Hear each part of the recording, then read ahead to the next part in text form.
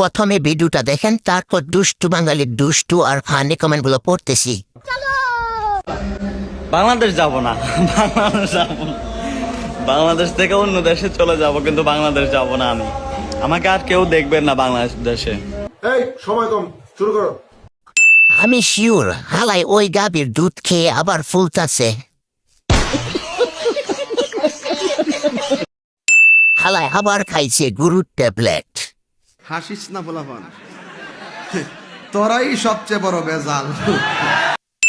ইস, বাংলাদেশ 150 গ্রাম hero হারাতে যাচ্ছে।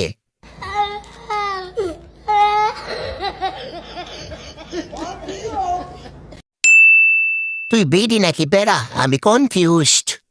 और अभी तो रुको, क्लाइमैक्स अभी बाकी है। শালা দেখি আজকে আজকে লেডিস হয়ে যাচ্ছে।